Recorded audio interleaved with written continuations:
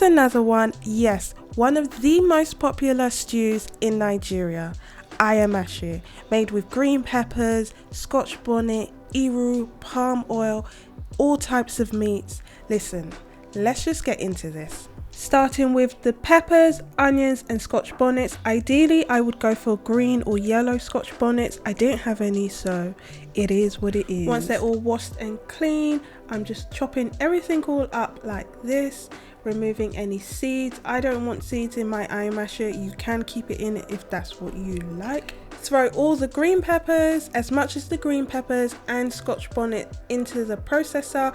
I prefer a processor over a blender. It just chops it up instead of blends it. That we're trying to get that nice texture, you know what I mean? I blend this for about 20-25 seconds. I will make sure to double check and leave it in the description box somewhere, wherever that is.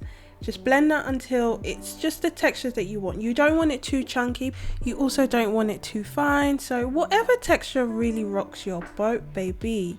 Now once it's all blended to the texture of your preference, you just need to pour it in a perforated bowl and let all the water from the green peppers just seep out of it. If you've ever made ayamashe and it kind of looks cloudy while you're cooking it, like that clarity isn't there, it might be because the water from the green peppers is a bit too much. Just add the onions on top and let the water drain out from the peppers for about 5 minutes. You don't really need it for too long. Anyways, while this is draining, if you haven't already, be sure to like this video. It really does help grow my page. If you want to be part of the gang, just hit that subscribe button. You can be part of the family.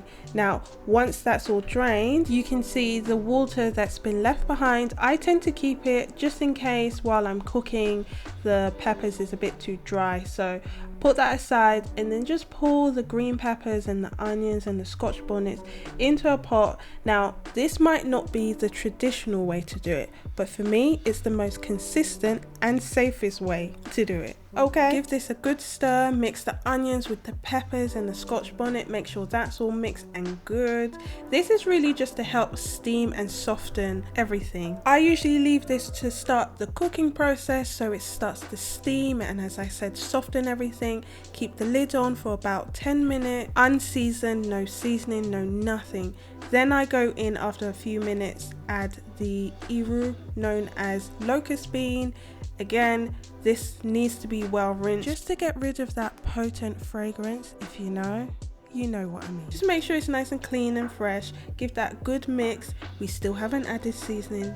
Hold on to your edges, it's coming. Once this has been cooking for about 20 minutes on a solid medium heat, you'll see that the color has changed. So it's not that bright, vibrant green, it's more of a muted, darker green.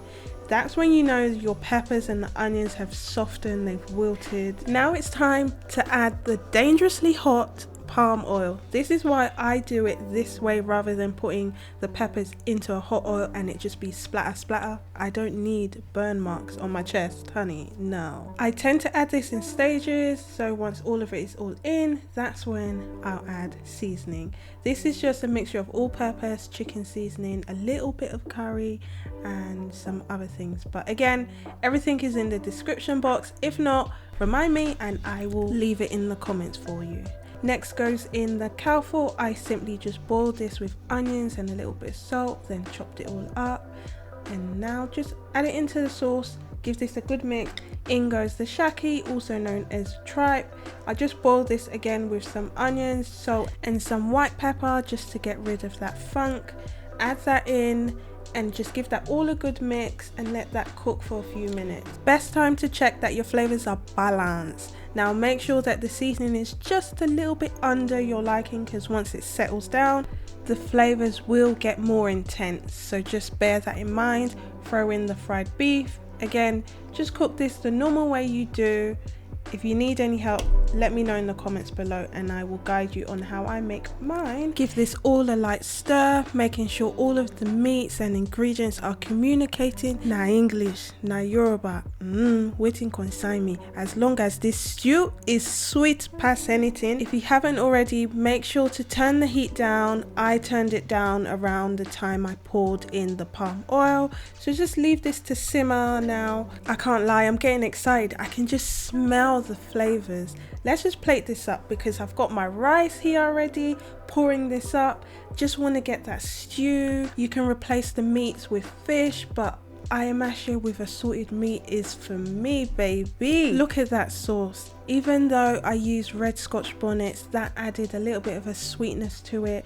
Then place the plantain. For my plantain lovers, are you a ripe plantain or do you like your plantain sweet? Because I like mine ripe, golden, crispy on the edges. Now look at that Ayamashe with fluffy, soft rice, ripe plantain. Oh my gosh.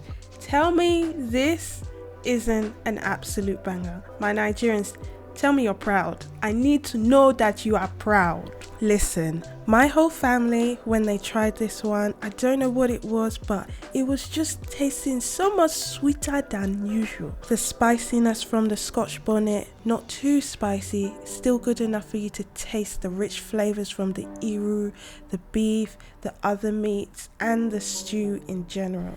If you do try this recipe, be sure to share it on the gram. Hit me up on IG. If you want to see more recipes, be sure to let me know in the comment section. I post new videos every Monday or Thursday, either African or Asian recipes. Catch you next time.